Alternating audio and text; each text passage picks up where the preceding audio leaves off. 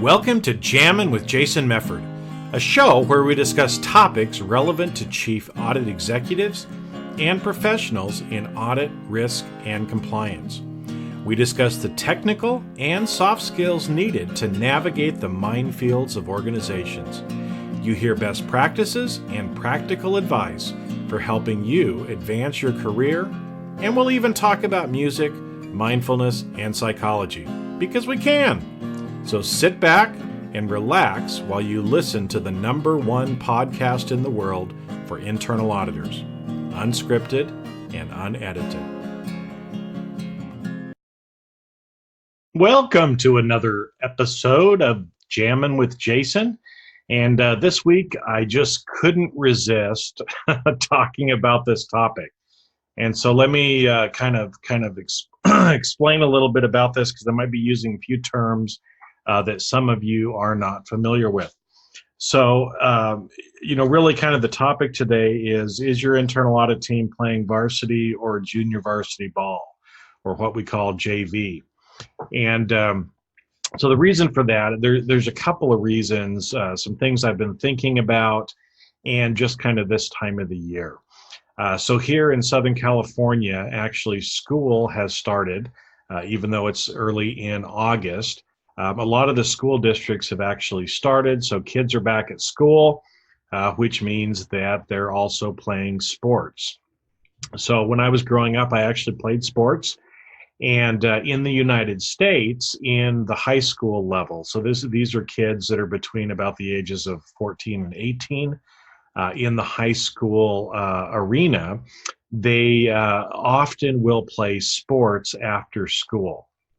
And so in the United States, there's kind of the top level team in a high school is called varsity. And so usually kids that are playing varsity are going to be juniors or seniors in high school. Sometimes not until they're seniors, until they're good enough for it. But it's really kind of the elite and kind of top level team in any high school. So they go and play other high schools. This could be volleyball, softball, football, baseball, basketball, any of these different sports. Or like with me, I actually ran track and cross country, which is a long distance running.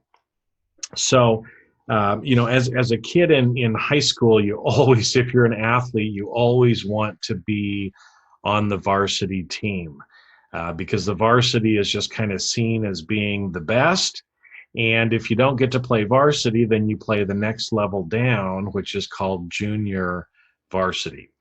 Okay, so that's a little bit kind of about the background on what I'm referring to when I'm talking about playing varsity or playing junior varsity. So as I said, since varsity is kind of, the top level, that's where a lot of high school students want to play. In fact, if they're going to go on and play sport in college, they need to be able to play the varsity level sport. So what does this have to do with internal audit? Some of you might be thinking, right? So again, since school has just started and I'm thinking about that, football season has just started again here in the U.S., it got me thinking a little bit about sports, reflecting a little bit on my, very short-lived career as a high school athlete, and how that actually relates to us in the business world. Now, I actually had a discussion a few months ago with a Chief Audit Executive, and I was doing some coaching with him because he wasn't really getting some of the support and things that he wanted to see in his career. He wasn't really kind of moving up in the organization. He wasn't getting the resources that he needed, and felt like he was kind of getting ignored. And as we started talking about it and kind of going through this, one of the spots or topics came up to where he actually made the comment, I want to play varsity, be a varsity player, but I'm not being seen that way by others in my organization. And so, like I said, I was thinking about that again and wanted to try to provide and talk a little bit today about some ways that as internal audit, we can be viewed as varsity level in our organization. Because I get it. A lot of you are feeling kind of frustrated because often you may be ignored by other executives in your organization. You don't feel like you get the support that you want. People don't seem to, see the value that you're providing.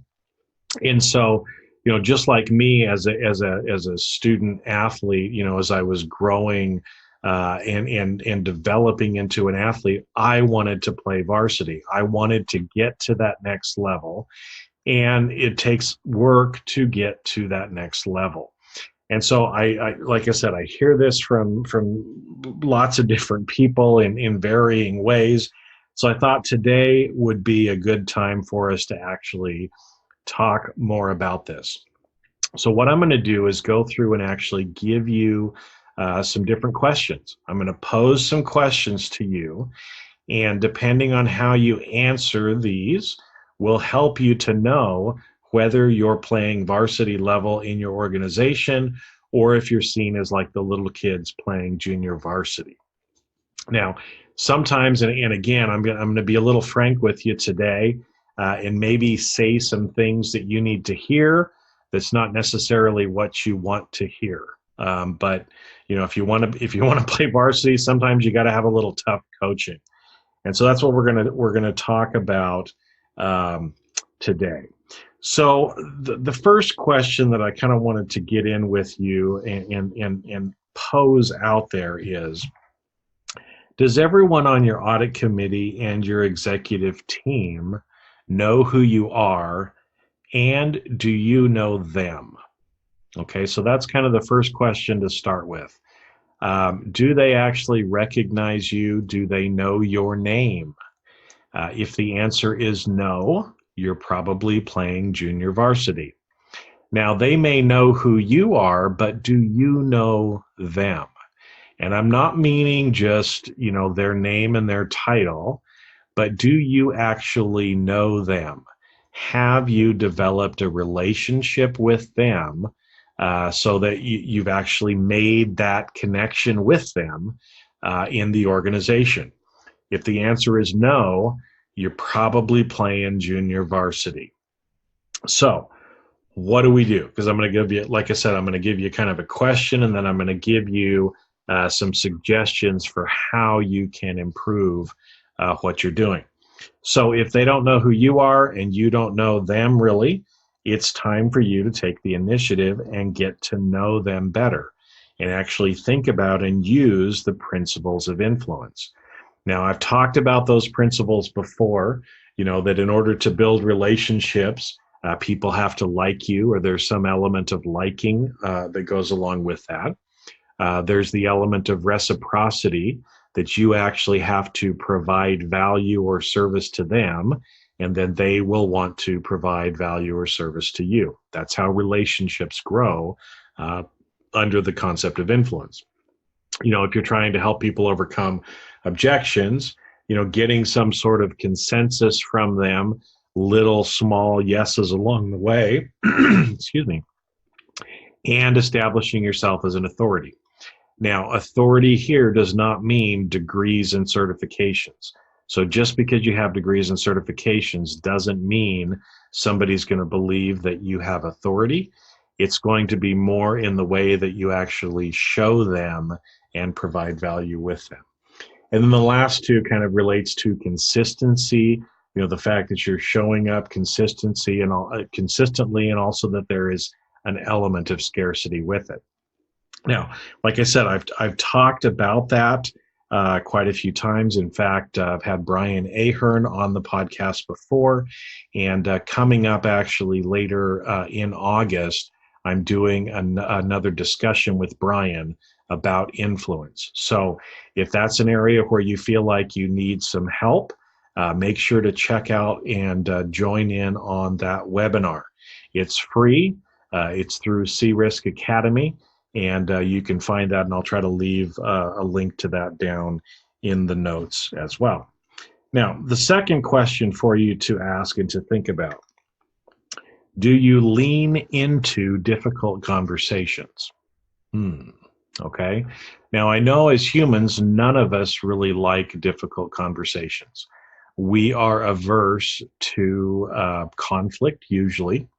But when we need to have difficult conversations, do we actually lean into them and have those difficult conversations? And again, if the answer is no, if you're trying to avoid those conversations, if you're trying to hide and not be there, you're probably playing junior varsity. You're not playing as a varsity executive.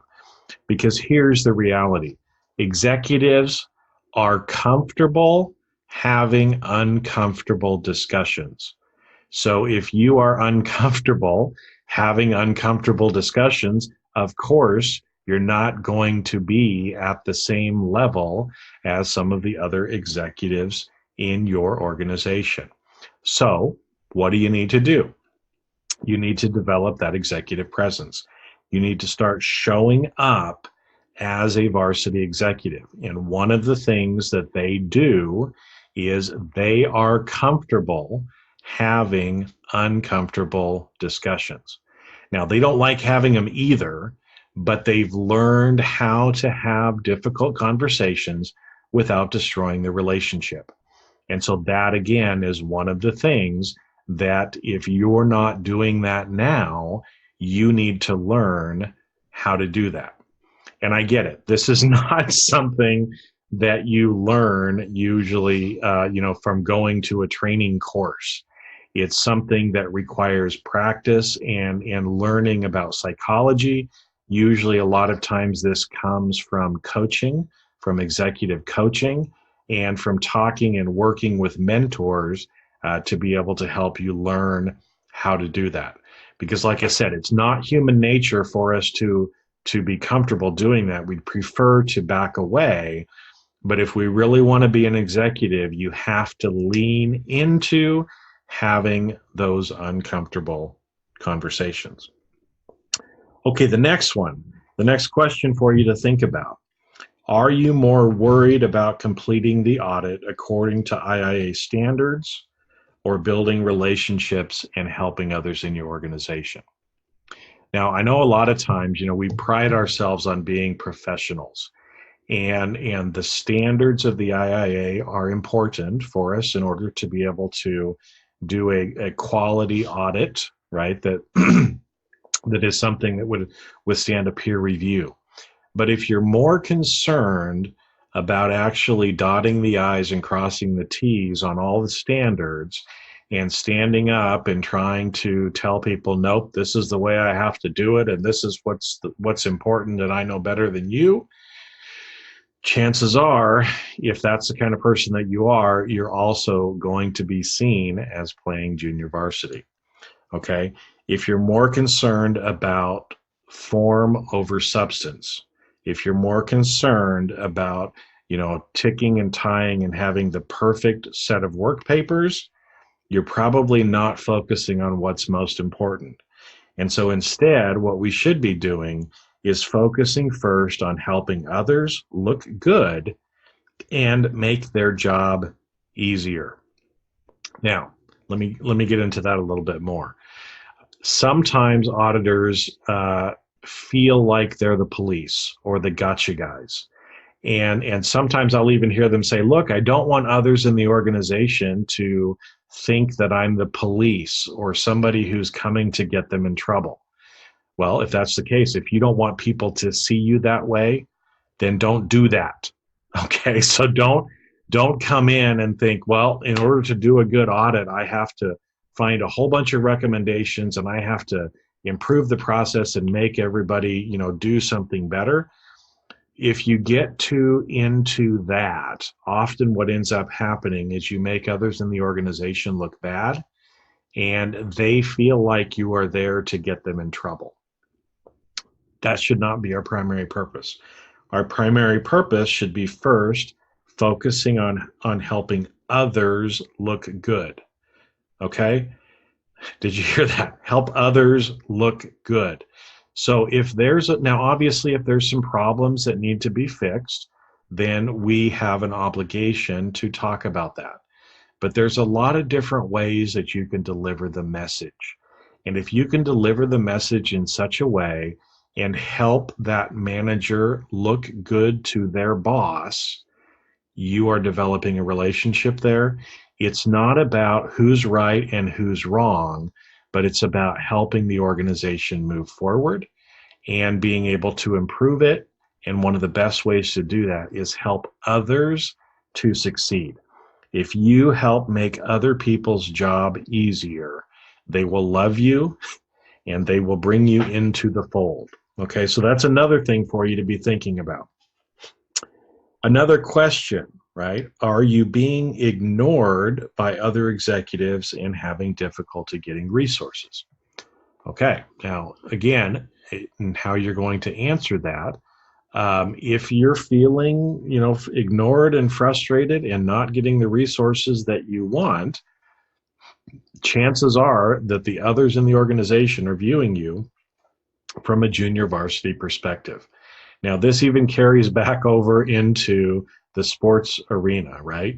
If you're playing Major League Ball, if you are playing varsity, you get the best of everything. You're going to have the nicest uniforms. You're going to have the best buses to travel on. If you're not in that group, you get relegated to the old jerseys and the other things like that. So, again, if you want to get to that varsity level, you've got to do some things different. And if you're being ignored by people, there's probably a couple of reasons that might be happening. The first one is, like we talked about before, if they always see you as somebody coming in to get them in trouble, they're probably going to want to ignore you and stay away from you. Okay, so we talked about that already. But another thing is give them a reason to actually listen to you. Okay. Now, one of the best ways to do that is, again, to help them solve their problems. Instead of coming in and making more problems and more work for people, let's figure out how we can make things easier for them and actually show that we are really adding value. And again, I've talked about this before, but I think often what we as auditors think is value is not viewed as value by the executives. And we need to be more aligned with providing value to the executives and what they believe is valuable instead of what we think is valuable. Because at the end of the day, it doesn't really matter what we think. If we're there to help the organization achieve its objectives, we need to be concerned about what that is and how we can actually help in that regards. Okay. Now, also, and I know kind of in this format, it's a little bit hard to kind of see this, but there's an idea behind, and I think a lot of people get the concept of trusted advisor mixed up, and they don't really understand what it truly means to be a trusted advisor, because there's a combination of both experience and expertise that is important to it, but also the impact and influence that you have as well. If you're very educated, if you've got lots of experience, but you don't know how to influence or provide impact, you will never be seen as a trusted advisor. You have to have both.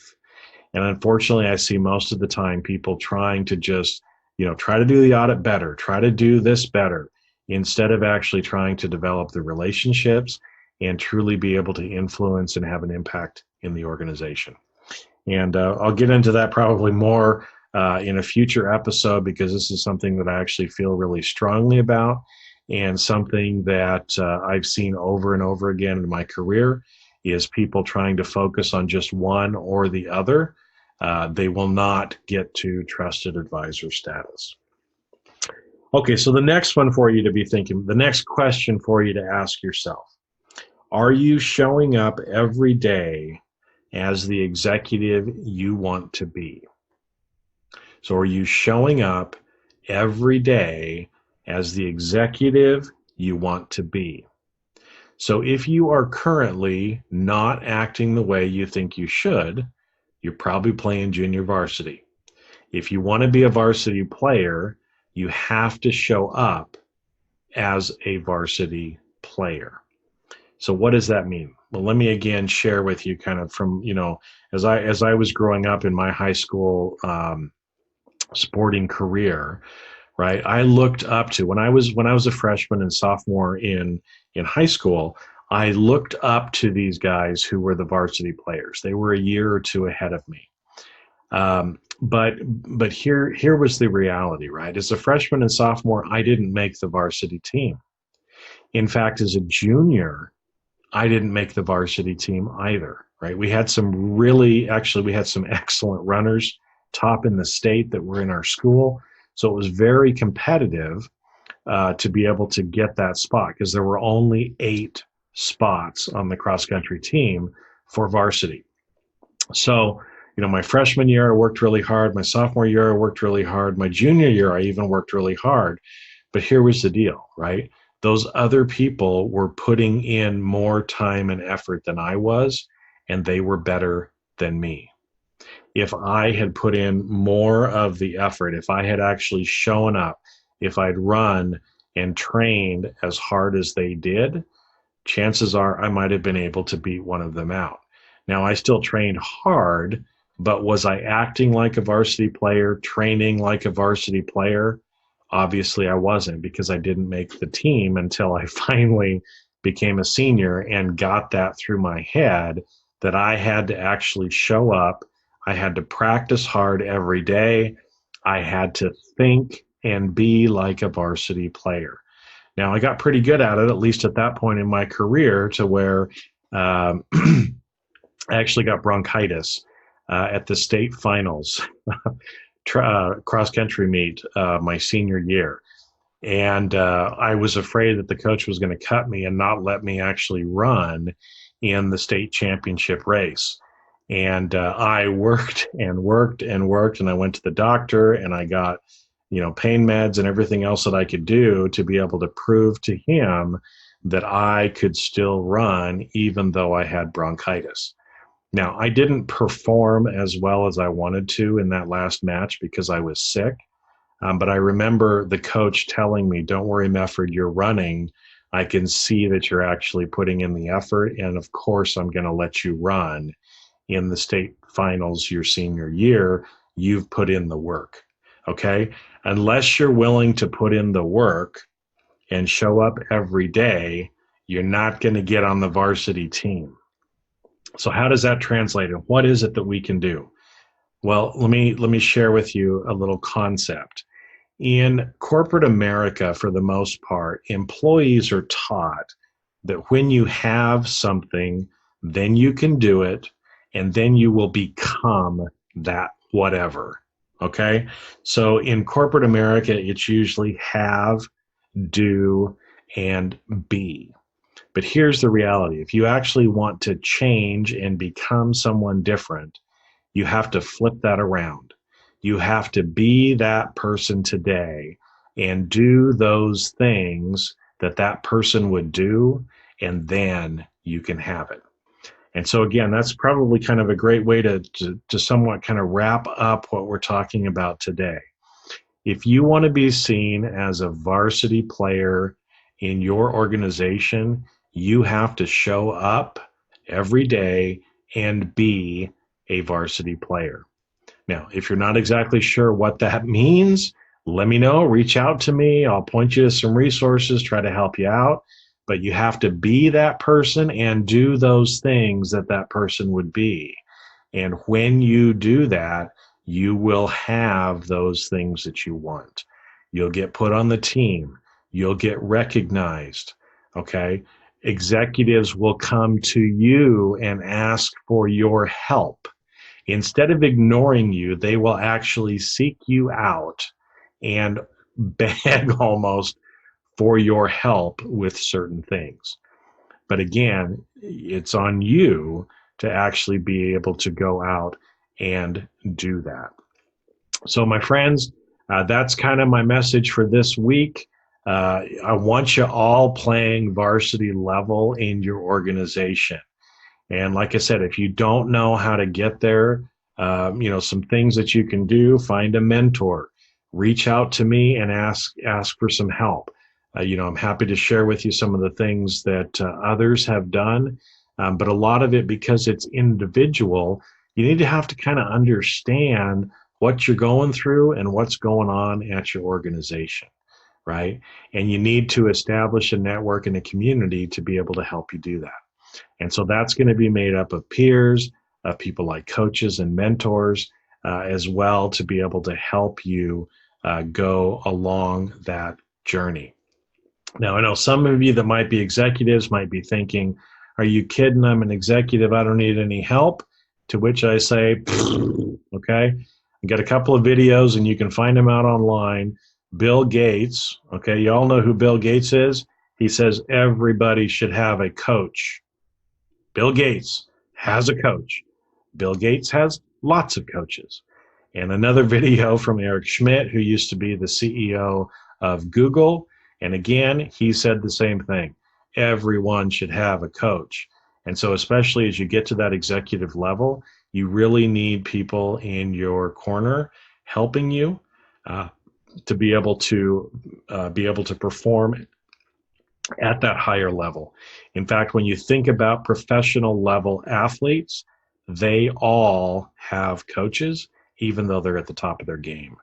They would not be at the top of their game. They would not stay at the top of their game if they weren't getting help. Okay? So those are some things that you can do.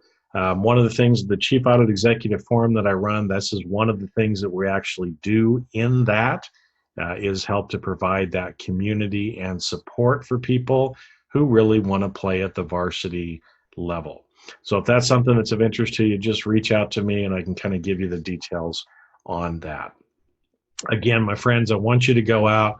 I want you to be varsity level players, put in the work, do what you need to do, and really start working on it. If that's really where you want to go, you can get there. I promise you can get there, but it's going to take some work to be able to get there, but it is so worth it once you get to that point.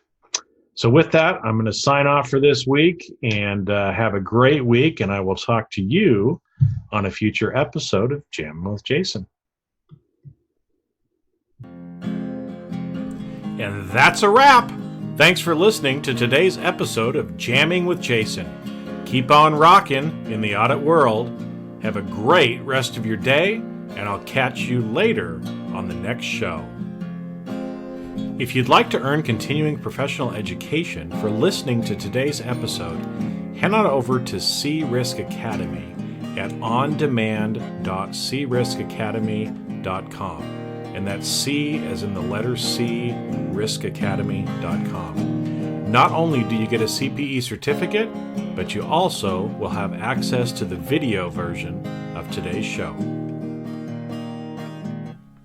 The views and opinions expressed on this show are that of the individuals and not of their respective organizations.